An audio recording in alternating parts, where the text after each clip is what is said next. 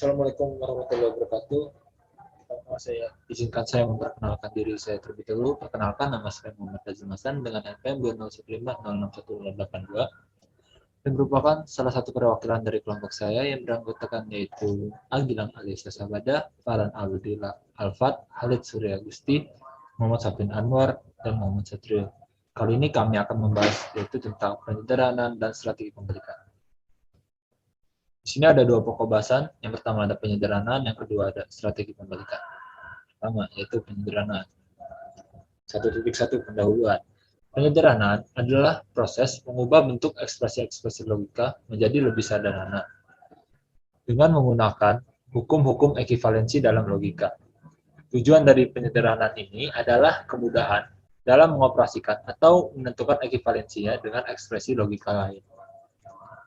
Adapun aturan penyederhanaan adalah sebagai berikut. Yang pertama, penyederhanaan dilakukan dengan menggunakan hukum-hukum logika yang ada. Yang kedua, rangkai implikasi dan diimplikasi dapat diganti dengan rangkai dasar and, or, dan negasi. Yang ketiga, penyederhanaan dilakukan sampai ekspresi logika tersebut menjadi bentuk yang paling sederhana atau tidak bisa disederhanakan lagi. Yang keempat, jika hasil penyederhanaan bernilai 1, maka tergolong tautologi. Yang kelima, jika hasil penyederhanaan bernilai 0, maka tergolong kontradiksi. Yang keenam, jika hasil penyederhanaan bernilai 0 atau 1, maka tergolong kontingen. 1.2, penyederhanaan proposisi majemuk menggunakan hukum logika. Nah, di sini ada beberapa contoh, mungkin yaitu hukum logika sebagai berikut. Yang pertama ada hukum identitas. Contohnya, P or F diimplikasi P. Contoh yang kedua, PNT diimplikasi dengan P. Hukum nol atau dominasi. Contoh yang pertama, P and F diimplikasi F. Yang kedua, P or T diimplikasi T. Yang ketiga yaitu hukum negasi. Contoh yang pertama yaitu P or negasi P, maka diimplikasi T. Contoh yang kedua, P and negasi P diimplikasi F. Nah, selanjutnya ada hukum independen. Contoh yang pertama yaitu P or P diimplikasi P, contoh yang kedua P and P diimplikasi P. Selanjutnya hukum involusi atau negasi ganda. Negasi dalam kurung negasi P diimplikasi P.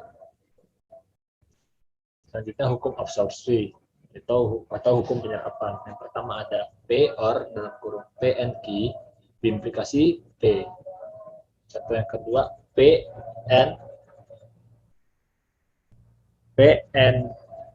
dalam kurung P or Q diimplikasi P. Selanjutnya ada hukum komutatif. Contoh yang pertama yaitu P or Q diimplikasi dengan Q or P. Contoh yang kedua P and Q diimplikasinya dengan Q and P. Selanjutnya ada hukum asosiatif. Yang pertama ada P or Q dan P or dalam kurung Q or R diimplikasinya dengan yaitu dalam kurung P or Q or R. Contoh yang kedua, PN dalam kurung Q and R diimplikasinya dengan P and Q and R. Selanjutnya ada hukum distributif.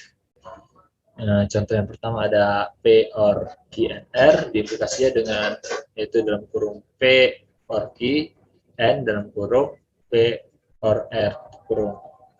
Contoh yang kedua yaitu ada PN Q or R diimplikasi dengan PN Q or PNR. Selanjutnya atau ada hukum De Morgan. Pertama yaitu negasi P and Q diimplikasi dengan negasi P or negasi Q.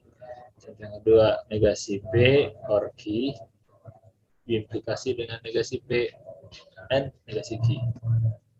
Selanjutnya dengan hukum logika yang ada dapat membantu proses pembentukan ekspresi logika menjadi sederhana sehingga tidak dapat dilanjutkan atau dilakukan langkah-langkah memanipulasi lebih lanjut. Di sini ada contohnya, yaitu awalnya bentuknya yaitu A N negasi B or A N B N C. Maka yang pertama-tama kita lakukan pertama yaitu hukum distributif terlebih dahulu terhadap bentuk yang A melakukan hukum distributif sehingga menjadi bentuk seperti ini. AN dalam kurung negasi B dalam kurung B NC tutup kurung.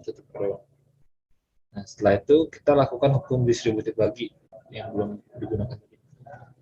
Nah, di sini akan menjadi bentuk seperti ini. AN dalam kurung negasi B or B dalam kurung N negasi B or C. Saja kita menggunakan hukum negasi pada yang tadi. AN dalam kurung negasi B or B N negasi B or C. Selanjutnya menggunakan hukum identitas. ANT N dalam kurung negasi B or C. Mungkin segitu saja yang dapat saya jelaskan. Kurang lebihnya saya mohon maaf. Selanjutnya akan dilanjutkan oleh teman saya. Terima kasih. Izin memperkenalkan diri, nama Anjilang Alius Sapada, NPM 2015061017. Di sini saya akan menjelaskan mengenai strategi penyederhanaan. Pada materi 1.3 menghilangkan perangkai. Seluruh perangkai yang terdapat pada proposisi majemuk dapat diganti dengan perangkai dasar, yakni negasi, and, dan or. Ekivalensi proposisi majemuk implikasi misalnya A implikasi B, itu dapat kita ganti dengan menghilangkan implikasi menjadi negasi A or B. Sedangkan A B implikasi B itu dapat kita ubah menjadi bentuk yang lebih sederhana seperti A implikasi B and B implikasi A. Atau jika kita ingin menghilangkan B implikasi maupun implikasi akan menghasilkan negasi A dalam kurung negasi A or B and dalam kurung negasi B or A. Sehingga jika proposisi majemuk mengandung proposisi implikasi maupun B implikasi, maka diganti dengan perangkai dasar negasi, and, ataupun or. Selanjutnya, contoh soal dari strategi penyederhanaan. Yang pertama, soal dan pembahasan yang pertama, A negasi B, N A negasi B. Mari kita ubah menjadi bentuk yang lebih sederhana. Yang pertama adalah mengerjakan apa yang dapat dikerjakan di dalam kurung terlebih dahulu. Seperti halnya A implikasi B. Ingat bahwa P implikasi Q, jika kita ingin menghilangkan implikasi menjadi bentuk yang sederhana akan menghasilkan implikasi negasi P or Q, sehingga yang semula A implikasi B menjadi negasi A or B. Selanjutnya kita akan menghilangkan implikasi dari B, implikasi B, sehingga menghasilkan negasi dalam kurung negasi A or B tutup kurung N A or B.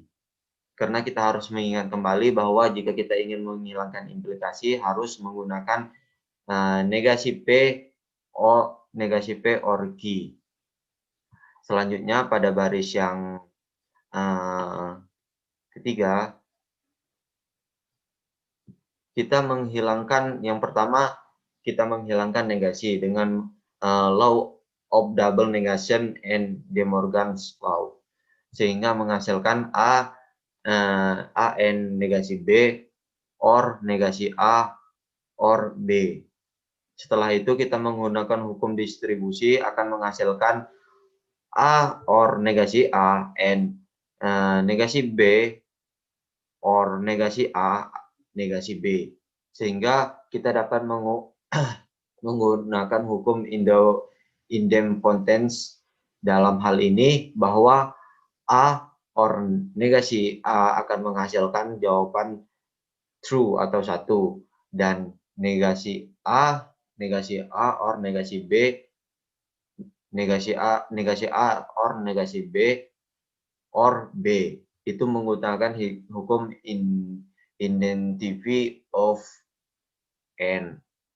Selanjutnya pada bagian ini kita menggunakan hukum asosiasi di mana kita dapat mengubah bentuk atau memindahkan dalam kurung dan tutup kurung menjadi bentuk yang lebih sederhana. Di sini kita memindahkan atau mengerjakan terlebih dahulu negasi B or B terlebih dahulu, di mana hasilnya adalah true atau satu, benar. Sehingga kita jika mengulik lagi, kita dapat menggunakan hukum identity of or. yaitu negasi A or true akan menghasilkan nilai true atau 1. Karena hasilnya akhirnya true atau 1, maka ekspresi logika di atas adalah tautologi. Selanjutnya soal dan pembahasan 2. Diberikan contoh soal sebagai berikut. A or B and negasi A and negasi B. Mari kita sederhanakan menjadi bentuk yang lebih sederhana. Yang pertama kita melakukan distribusi dengan mengalihkan A or B dengan negasi A dan negasi B. Selanjutnya menghasilkan A or B and negasi A and A or B and negasi B.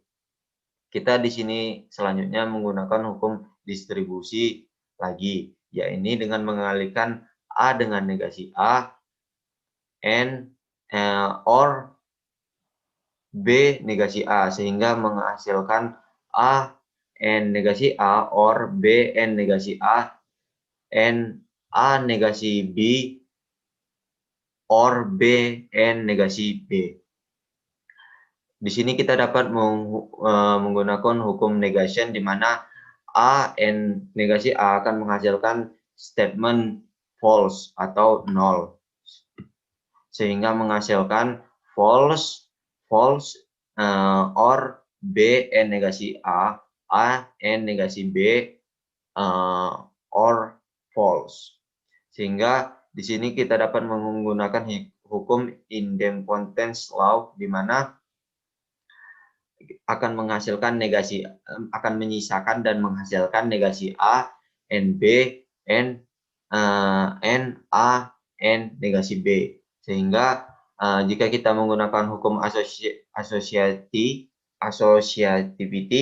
kita akan menemukan jawaban jika kita gabungkan dengan negation bahwa negasi A and B and negasi B akan menghasilkan false and false. Sehingga jika kita ulik lagi dengan hukum idempotence law,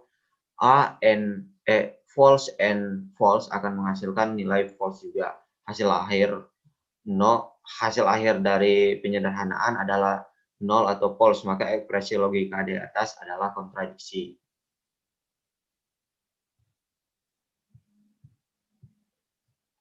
Selanjutnya, soal dan pembahasan nomor 3. Di sini diberikan soal berupa sederhanakan bentuk A or B and negasi A implikasi negasi B. Di sini kita dapat mengubah lebih menyederhanakan bentuk tersebut menggunakan distribusi, di mana kita dapat mengganti A and negasi A ada or B and negasi A dengan cara mengalihkan negasi A dengan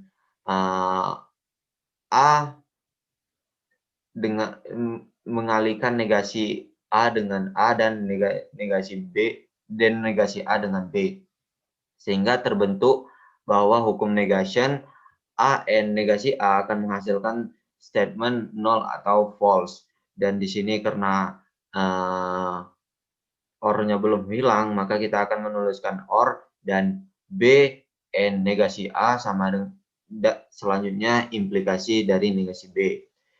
Dengan menggunakan hukum identity of N, kita dapat menghasilkan nilai B and negasi A implikasi negasi B. Di sini kita mencoba menghilangkan implikasi dengan cara ingat bahwa A negasi B sama dengan negasi A implikasi B adalah negasi A or B, sehingga kita dapat menghilangkan tanda implikasi menjadi yang lebih sederhana seperti ini.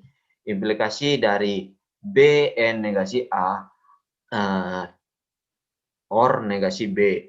Di sini kita dapat menggunakan hukum De Morgan's Law, di mana kita mengalihkan negasi yang di luar tutup kurung dengan B, begitupun dengan negasi A, sehingga menghasilkan negasi B or A, negasi B or negasi A, dan or negasi B.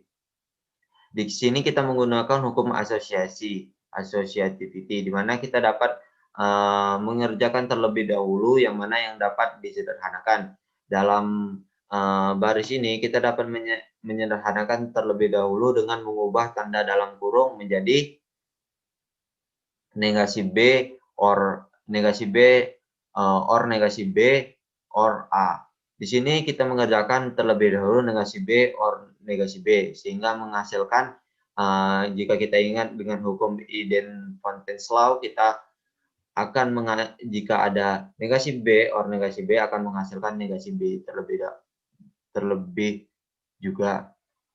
Selanjutnya, karena A memang sudah tidak dapat diubah, maka kita menggunakan or A. Jadi akan dihasilkan negasi B or A. Hasilnya di sini bukan false, null, atau true satu ekspresi, sehingga ekspresi logika di atas adalah kontingen. Sekian yang dapat saya jelaskan, akan dilanjutkan oleh teman saya. Assalamualaikum warahmatullahi wabarakatuh. Nama saya Khalid Sregusti, NPM 20156106145. Itu yang pertama itu strategi pembalikan. Strategi pembalikan biasanya itu dilakukan dengan cara menyalahkan kesimpulan dari argumen. Maksudnya di sini bagaimana? Yaitu kita menegasikan suatu kesimpulan atau memberikan nilai yang salah. Dengan adanya strategi pembalikan, maka akan ada perlawanan atau opposite dari kesimpulan yang tidak cocok dengan premis-premis atau yang tidak konsisten. Strategi pembalikan atau reputation strategi biasanya juga digunakan untuk membuktikan validitas suatu ekspresi logika untuk argumen, dan juga dipastikan nilai-nilai premis benar yang harus juga diikuti oleh kesimpulan yang benar. Teknik ini sangat-sangat mirip dengan penyederhanaan, akan tetapi letak perbedaannya di mana pada kesimpulan argumen yang harus disalahkan dengan cara dinegasikan atau juga bisa diberi nilai F. Nah, selanjutnya itu konsistensi. Jadi koleksi dari pernyataan-pernyataan itu dapat kita sebut dengan konsisten. Jika pernyataan-pernyataan tersebut secara simultan semuanya itu bernilai benar atau true.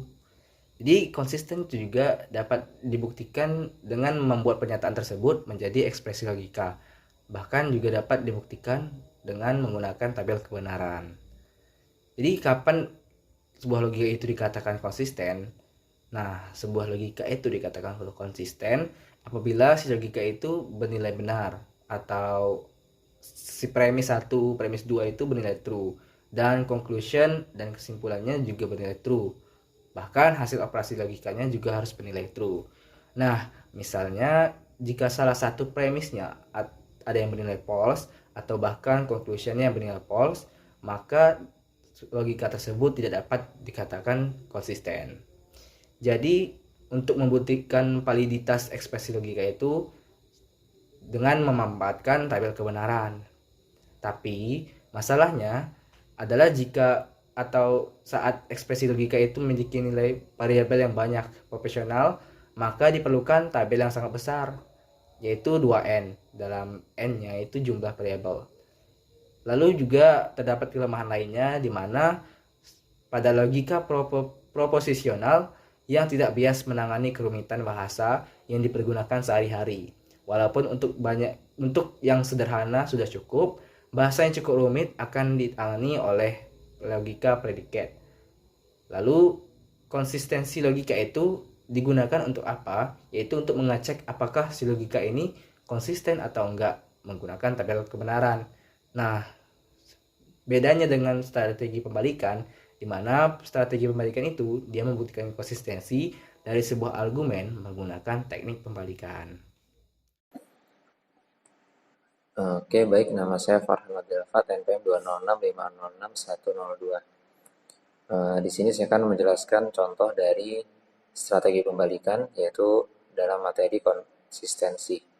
Jadi di sini contohnya adalah ada beberapa pernyataan.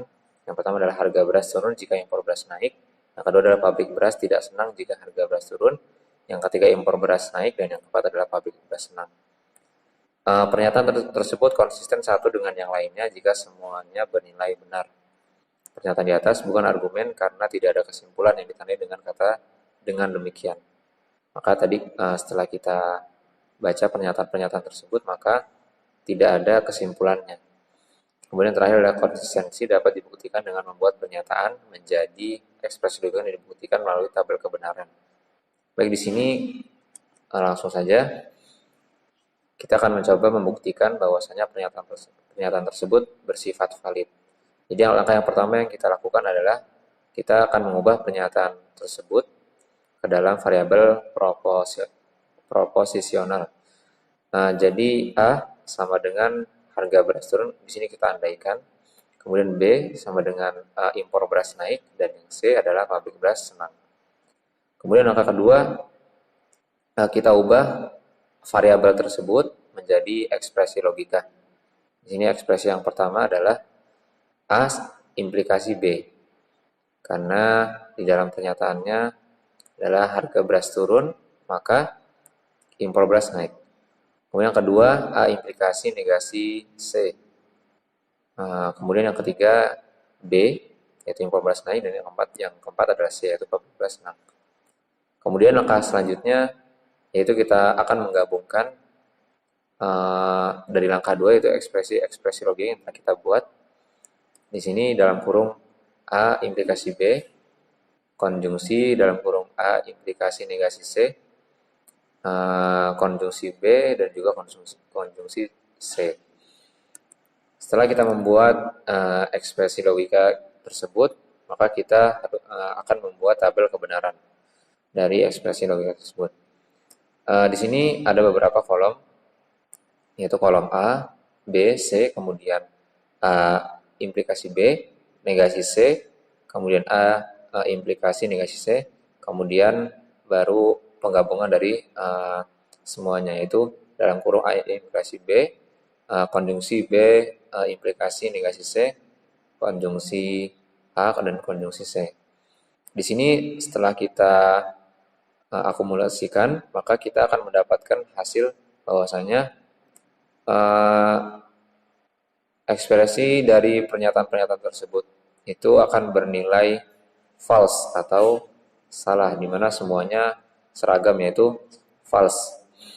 Maka kumpulan pernyataan tersebut tidak konsisten, sehingga karena semuanya bernilai false, maka pernyataan-pernyataan tersebut dapat disebut juga dengan argumen yang valid.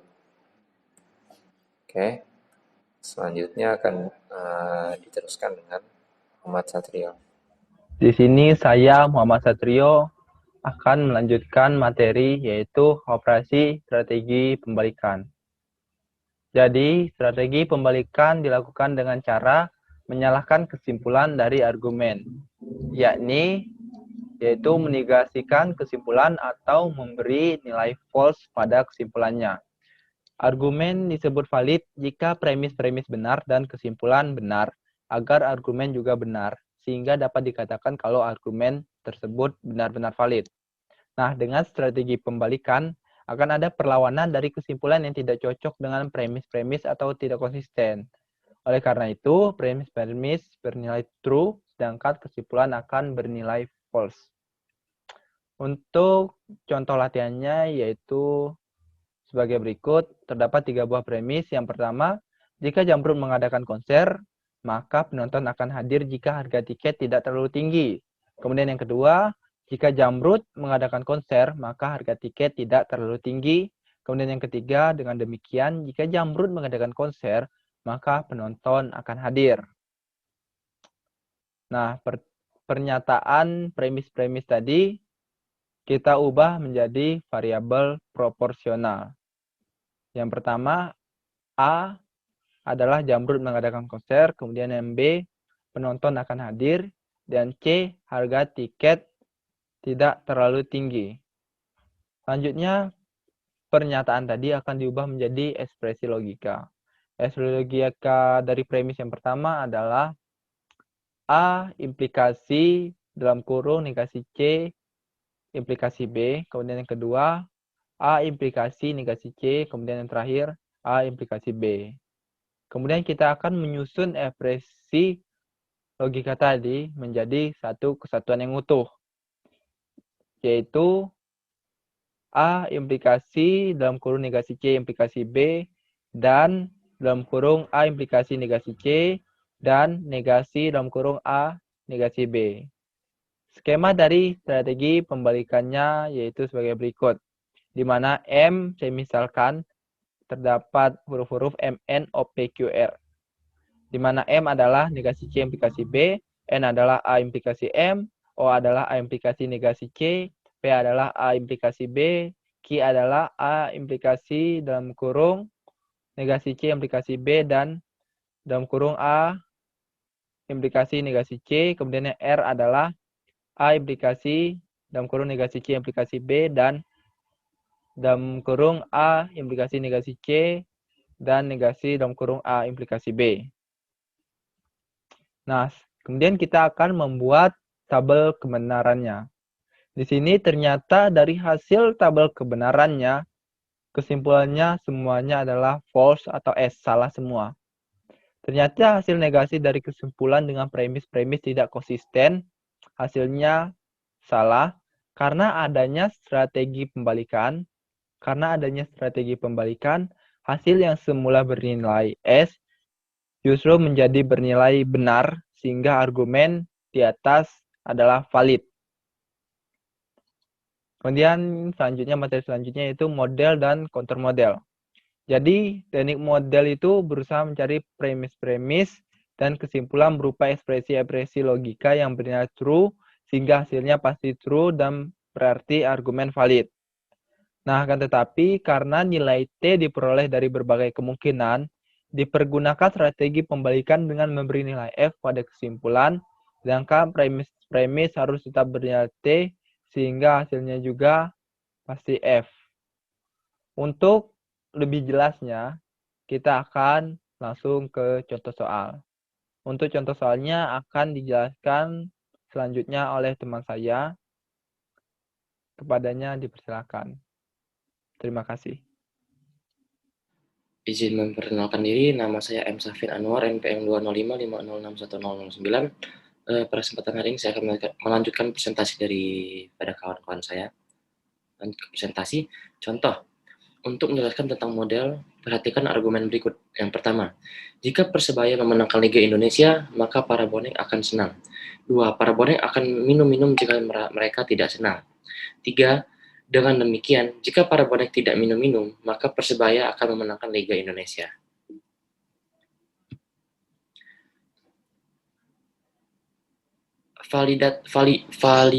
Validitas argumen tersebut akan diuji dengan model, yakni memberi nilai T pada premis dan F pada kesimpulan. Akan tetapi, terlebih dahulu, ubah argumen di atas menjadi variabel-variabel proposisional seperti berikut.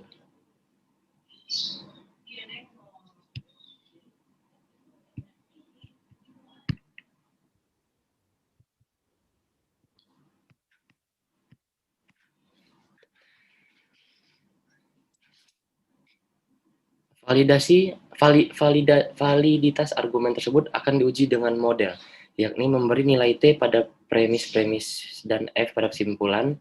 Akan tetapi terlebih dahulu ubah argumen di atas menjadi variabel-variabel proposisional seperti berikut. A. Sama dengan Persibaya memenangkan Liga Indonesia. B. Para bonek senang. C. Para bonek minum-minum. Jadi ekspresi logika menjadi yang pertama A implikasi B bernilai true, premis 1. Kedua, negasi B implikasi C bernilai true, bernilai T, premis 2. Ketiga, negasi C implikasi A bernilai false, untuk kesimpulan. Ekspresi logika dapat ditulis A implikasi B atau negasi B implikasi C implikasi negasi C implikasi A. Langkah pertama, cek dengan kesimpulan. Yang pertama, jika value negasi C implikasi A bernilai false, maka hanya ada satu kemungkinan, yakni value negasi C bernilai true dan value A bernilai false. Kedua, jika value negasi C bernilai true, maka value C bernilai F. 3, jadi value A bernilai F bernilai false dan value C bernilai false. Langkah kedua, cek dengan premis 2. Yang pertama, jika value negasi B implikasi C bernilai true, sedangkan value C bernilai false, maka value negasi B bernilai false. Kedua, jadi value negasi B bernilai false, maka value B bernilai true. Langkah ketiga, cek dengan premis 1. Yang pertama, jika value A implikasi B bernilai true, sedangkan value A bernilai false dan value B bernilai true. Kedua, maka hal ini mungkin terjadi karena F implikasi T bernilai true. Selanjutnya, langkah keempat, kesimpulan. Yang pertama, jadi mungkin pada saat yang sama value A implikasi B bernilai true, value negasi B implikasi C bernilai true, dan value negasi C implikasi A bernilai false. 2, jika mungkin, maka karena ada strategi pembalikan argumen di atas tidak valid. Pada saat ditemukan adanya premis-premis bernilai T dengan kesimpulan bernilai F, maka disebut memiliki counter model. Jika tidak ada kemungkinan lainnya, dipastikan bahwa argumen tidak valid. Selanjutnya, periksa hasil tersebut dengan tabel kebenaran di sini. Tabel kebenaran di atas hanya menemukan satu nilai F di antara nilai T sebagai hasil nilai kebenaran dari argumen atau pada klasifikasi kontingen. Oleh karena itu, argumen dikatakan tidak valid walaupun tidak dapat menemukan nilai-nilai premis T dan kesimpulan T. Sekian dari saya, dari kelompok kami. Saya akhiri, mohon maaf jika ada salah. Wassalamualaikum warahmatullahi wabarakatuh.